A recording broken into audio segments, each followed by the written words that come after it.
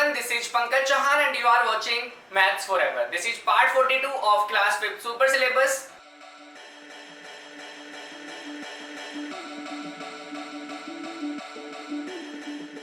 आज की क्लास में हम स्टार्ट करेंगे हमारा न्यू टॉपिक जिसका नाम है फ्रैक्शंस, जिसको हम फ्रैक्शनल नंबर्स भी बोल सकते हैं। फ्रैक्शंस या फिर फ्रैक्शनल नंबर्स। देखिए, सबसे पहले फ्रैक्शनल नंबर्स क्या होते हैं या फिर फ्रैक्शंस क्या होती है ये समझते हैं। ध्यान रखना, जो नंबर्स आपको इस फॉर्म में दिखे, जो नंबर्स आपको किस फॉर्म में दिखे, यहां पे क्या लिखा होगा, एक नेचुरल नंबर लिखा होगा। आपको पता होना चाहिए नेचुरल नंबर किसको बोलते हैं, जो नंबर्स 1 से स्टार्ट होते हैं, ठीक है, 1 2 3 4 5, उनको हम क्या बोलते थे, नेचुरल नंबर्स बोलते थे। तो एक नेचुरल नंबर ऊपर लिखा होगा और एक नेचुरल नंबर नीचे लिखा होगा और बीच में किसका साइन होगा, ठीक है, ये साइन होगा जिसको हम क्या पढ़ते हैं, अपॉन। क्या पढ़ते हैं इसको, अपॉन, ठीक है। ऐसे नंबर्स को हम क्या बोलेंगे, फ्रैक्शनल नंबर्स या फिर फ्रैक्शंस। फॉर एग्जांपल, ठीक है, काफी सिंपल है समझने के लिए, 2/7। मैंने क्या बोला था, ऊपर और नीचे क्या लिखे होंगे, नेचुरल नंबर्स। 2 भी नेचुरल नंबर है, 7 भी नेचुरल नंबर है और बीच में क्या साइन होगा, ये अपॉन का साइन होगा, ठीक है। इसको हम क्या पढ़ेंगे, 2/7, ठीक है। ध्यान रखना, इस अपॉन को हम कई बार बाई भी पढ़ते हैं, ठीक है। इसको हम क्या पढ़ेंगे, 2/7 या फिर 2/7, 2/7 या फिर 2/7, सिंपल, ठीक है। एक और एग्जांपल ले लेते हैं, 5/3, ठीक है। ये अनदर एग्जांपल है किसका, फ्रैक्शन का, ठीक है। तो फ्रैक्शनल नंबर्स क्या होते हैं, जो नंबर्स आपको इस फॉर्म में दिखेंगे, ठीक है। नेचुरल नंबर अपॉन में नेचुरल नंबर, उसको हम क्या बोलेंगे, फ्रैक्शनल नंबर बोलेंगे या फिर फ्रैक्शन बोलेंगे, ठीक है। अब बात आती है कि फ्रैक्शनल नंबर के अंदर कौन कौन से पार्ट्स होते हैं, ठीक है। फ्रैक्शनल नंबर के अंदर 2 पार्ट्स होते हैं। कौन कौन से 2 पार्ट्स होते हैं, जो एक तो ऊपर नंबर लिखा होता है और एक नीचे नंबर लिखा होता है। इनको हम क्या बोलते हैं, पार्ट्स ऑफ अ फ्रैक्शन या फिर टर्म्स ऑफ अ फ्रैक्शन। क्या बोलते हैं, पार्ट्स या फिर टर्म्स ऑफ अ फ्रैक्शन। इनका नाम क्या है, जो ऊपर लिखा होता है उसको हम बोलते हैं न्यूमरेटर। क्या बोलते हैं, न्यूमरेटर। और जो नीचे नंबर लिखा होता है उसको हम क्या बोलते हैं, डिनोमिनेटर, ठीक है। इनकी स्पेलिंग और नेम आपको याद होना चाहिए। जो ऊपर नंबर होता है फ्रैक्शन में उसको क्या बोलेंगे, न्यूमरेटर बोलेंगे, और जो नीचे नंबर होता है उसको हम क्या बोलेंगे, डिनोमिनेटर बोलेंगे। अब चलते हैं अपने नेक्स्ट टॉपिक की तरफ। देखिए, नेक्स्ट टॉपिक काफी इंपॉर्टेंट है, ये है आपका equivalent fractions. Equivalent fractions mathematics के अंदर ये जो है आपका इक्विवेलेंट वर्ड जो है काफी यूज होने वाला है, तो इसका मीनिंग समझ लेना, ठीक है। इक्विवेलेंट का मीनिंग होता है आपका इक्वल वैल्यू। इक्वल वैल्यू, ठीक है। इक्वी का मतलब इक्वल और वैलेंट मतलब वैल्यू। तो कोई भी दो चीजें, ठीक है, जिनकी वैल्यू क्या हो, इक्वल हो, देखने में भले ही अलग हो, ध्यान देना है इस चीज को, वैल्यू क्या होनी चाहिए, इक्वल होनी चाहिए, ठीक है। फॉर्म या लुक भले ही अलग हो, उनको हम क्या बोलेंगे, इक्विवेलेंट बोलेंगे। फ्रैक्शंस पढ़ रहे हैं तो हम क्या बोलेंगे, इक्विवेलेंट फ्रैक्शंस बोलेंगे। इक्विवेलेंट फ्रैक्शन का आपको मीनिंग क्लियर हो गया होगा, ऐसी फ्रैक्शंस जिनकी वैल्यू क्या हो, इक्वल हो, बट देखने में क्या हो, वो अलग हो, ठीक है, लुक डिफरेंट होगा, वैल्यू सेम होगी, ऐसी फ्रैक्शंस को हम क्या बोलते हैं, इक्विवेलेंट फ्रैक्शंस बोलते हैं। अब देखिए, इक्विवेलेंट फ्रैक्शंस हम लिखते कैसे हैं, एक फ्रैक्शन की कितनी इक्विवेलेंट फ्रैक्शंस होती हैं ये समझते हैं। आपको एक फ्रैक्शन दे रखी होगी, ठीक है, इसकी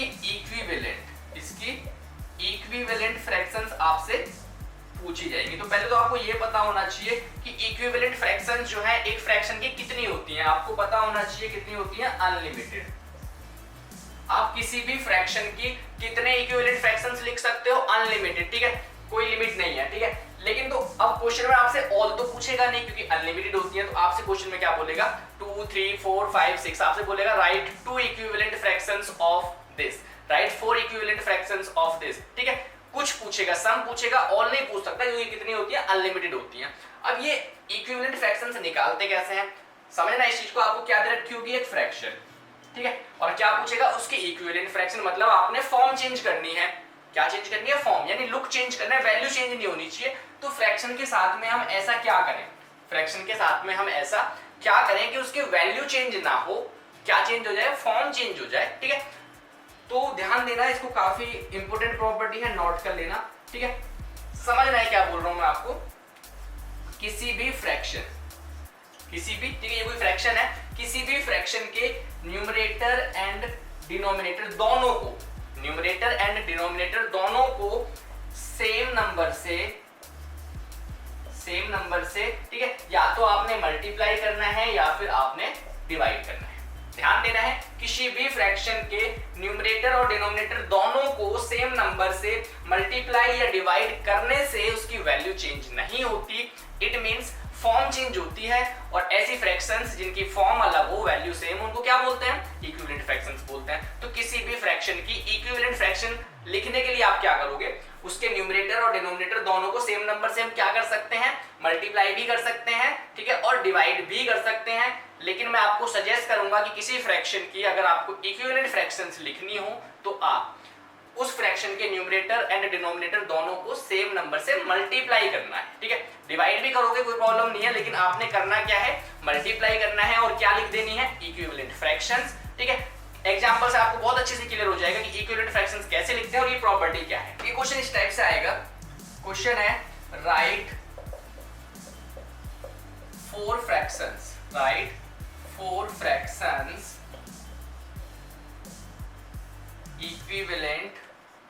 इक्विवेलेंट टू 3/5। बहुत सिंपल सा क्वेश्चन है। 3/5 एक फ्रैक्शन है, इसके इक्विवेलेंट आपने कितनी फ्रैक्शंस लिखनी है? 4 फ्रैक्शंस लिखनी है। तो मैंने अभी बताया था आपको कि किसी भी फ्रैक्शन के न्यूमरेटर एंड डिनोमिनेटर दोनों को अगर हम सेम नंबर से मल्टीप्लाई कर दें या डिवाइड कर दें तो जो फ्रैक्शन आती है वो उसके इक्विवेलेंट होती है। लेकिन मैंने अभी क्या बोला था आपको कि आपने मल्टीप्लाई ही करना है, वो इजी रहता है, ठीक है। तो आप क्या करोगे? फ्रैक्शन क्या थी हमारे पास? 3/5, ठीक है। इसकी इक्विवेलेंट फ्रैक्शन निकालनी है तो हमने इक्वल टू का साइन लगा दिया, ठीक है। और कैसे निकलती है? फ्रैक्शन को लिखो और उसके न्यूमरेटर एंड डिनोमिनेटर दोनों को सेम नंबर से मल्टीप्लाई करना है। किससे? ठीक है। अब ध्यान रखना 1 से नहीं करेंगे, क्योंकि 1 से मल्टीप्लाई करने पे तो सेम ही फ्रैक्शन आ जाएगी, ठीक है। 2 से स्टार्ट करना है हमेशा। दोनों को सेम नंबर से करना है, ठीक है। न्यूमरेटर डिनोमिनेटर दोनों को मैंने सेम नंबर से मल्टीप्लाई किया है ना, 2 2। तो जो फ्रैक्शन आएगी क्या आएगी? 3 2 जा 6 और अपॉन में 5 2 जा 10। ये जो फ्रैक्शन है ये इसके क्या है? इक्विवेलेंट है। तो फर्स्ट फ्रैक्शन आ चुकी है।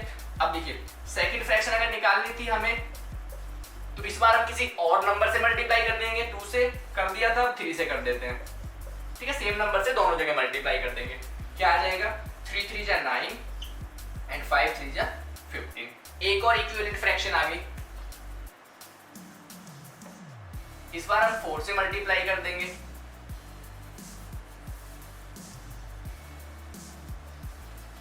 इस बार हम 4 से मल्टीप्लाई कर देंगे। क्या आ जाएगा? 3 4 जा 12 एंड 5 4 जा 20, ठीक है। थर्ड इक्विवेलेंट फ्रैक्शन आ गई। फोर्थ निकालनी है तो किसी और नंबर से मल्टीप्लाई कर देंगे। इस बार हम 5 से कर देते हैं, ठीक है। 3 5 जा 15 एंड 5 5 जा 25। तो हमसे 3/5 की 4 इक्विवेलेंट फ्रैक्शंस पूछी थी। वो कौन कौन है? 6/10, 9/15, 12/20 एंड 15/25, ठीक है। एक क्वेश्चन और लेते हैं। क्वेश्चन है राइट 5 फ्रैक्शंस इक्विवेलेंट टू 7/4, ठीक है। इस बार 7/4 के इक्विवेलेंट 5 फ्रैक्शंस आपने लिखनी है। तो हमें क्या करना है? हमें इस फ्रैक्शन को 5 डिफरेंट नंबर्स से क्या कर देना है? मल्टीप्लाई, ठीक है। कैसे? 7/4 है तो 7/4 को लिखेंगे, ठीक है, और किसी भी नंबर से कर देंगे अपनी चॉइस के, ऊपर नीचे, ठीक है, लेकिन नंबर सेम होना चाहिए। 7 को सपोज करो 2 से किया तो फिर इसको भी हमने 2 से ही करना है। तो क्या आ जाएगा? 7 2 जा 14 और नीचे क्या आ जाएगा? 4 2 जा 8, ठीक है। फर्स्ट फ्रैक्शन आ चुकी है। सेकंड निकालनी है तो किसी और नंबर से कर देंगे। 3 से कर देते हैं, ठीक है। ये फिक्स नहीं कि 3 से ही करना है, आप अपनी चॉइस के किसी भी नंबर से कर सकते हो। फ्रैक्शन जो आएगी वो क्या होगी? इक्विवेलेंट होगी। और इन क्वेश्चंस के आपने आंसर भी मैच नहीं करने अपने फ्रेंड्स के साथ में। क्यों?